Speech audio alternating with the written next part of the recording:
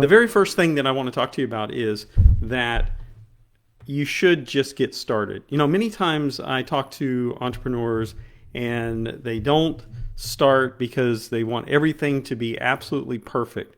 And the truth is that not everything is going to be perfect. And so what you want to do is you want to just get started. You're going to make mistakes. I'm just going to tell you right now, you're going to make mistakes. But if you get started, you work through those mistakes, you learn, you have a learning curve for your business. You have to just get started. And in getting started, you have to be open to new ideas. What I mean by this is, as you're working through your business plan, as you're working through the ideas for your organization, you're going to need to be open to new ideas that come along, because there's going to be opportunity for you to figure out something's not working, and you need to be able to be open to making shifts, making changes to that as you're moving along. And so be open to new ideas. The other thing is, you don't want to put all your eggs in one basket. Now, let me explain to you using an example in my own past where I put all of my eggs in one basket. Back in the year 2000, I started a manufacturing business, and we were sourcing our raw materials from one source. And what ended up happening is that they were not able to get some of the raw materials. They were like a middle person. They were not able to get the raw materials that we needed. And then when they did, it was subpar from what we were used to, and it was more expensive.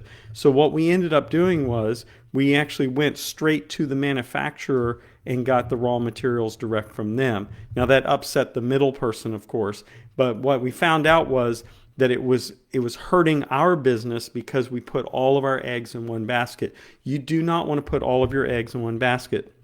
You want to make sure that you have multiple options for raw materials. In that case, we did. We ended up having several manufacturers that could get us the raw materials, and so we were not stuck in that position anymore. The other thing is, you want to be able to sell your product or service for more than what it costs to make it. If you're selling it for what it costs to make or less than what it costs to make, you shouldn't even be in business. You need to be able to sell for more than what it costs you to make it. And, there's different ways that you can calculate what, you're going to charge for a retail price, a wholesale price. We figured out that it was 300 to 500 times what it costs to make the product is what we were going to sell it for.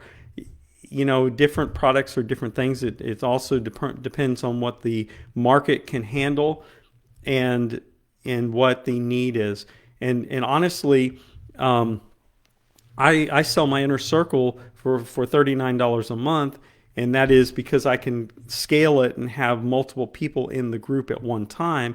But when I do one-on-one coaching, I charge a whole lot more for that one-on-one time because it's at a premium at that point.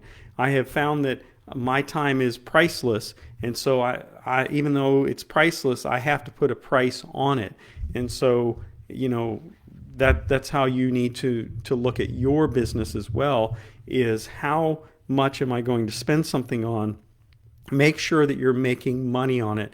My goal is 300 to 500 times what it costs to make it, and that could be anything. If you figure out how long it took you to put together a webinar and you want to sell it for a certain amount, you either going to charge a high price and get a low number of people, or you're going to charge a low price and go for a large number of people. Either way, you need to make sure that you're going to make more money than what it costs you to make it. And you're only as good as your last deal. Now, that means that let's say that you enjoyed going to a particular retail establishment and you bought something there and you had a really good experience there. Well, you're only as good as that deal, because let's say you go back to that establishment and you have a bad experience. So then you don't spend any money there. So each deal has to stand on its own. You are only as good as the last deal that you've made. And then finally, I wanted to mention to you that you should be considering partnerships where they make sense. Partnerships don't always make sense, but where they do make sense, they're powerful because there's power in numbers. There's power in the fact that you have more than one person that is helping you to build your business. It's no longer just you. But then there are other trade-offs on partnerships because you have to consider the needs, the wants and needs of the other person or persons as well. So these are some hard truths about starting a business. These are hard truths about entrepreneurship. You really should just get started.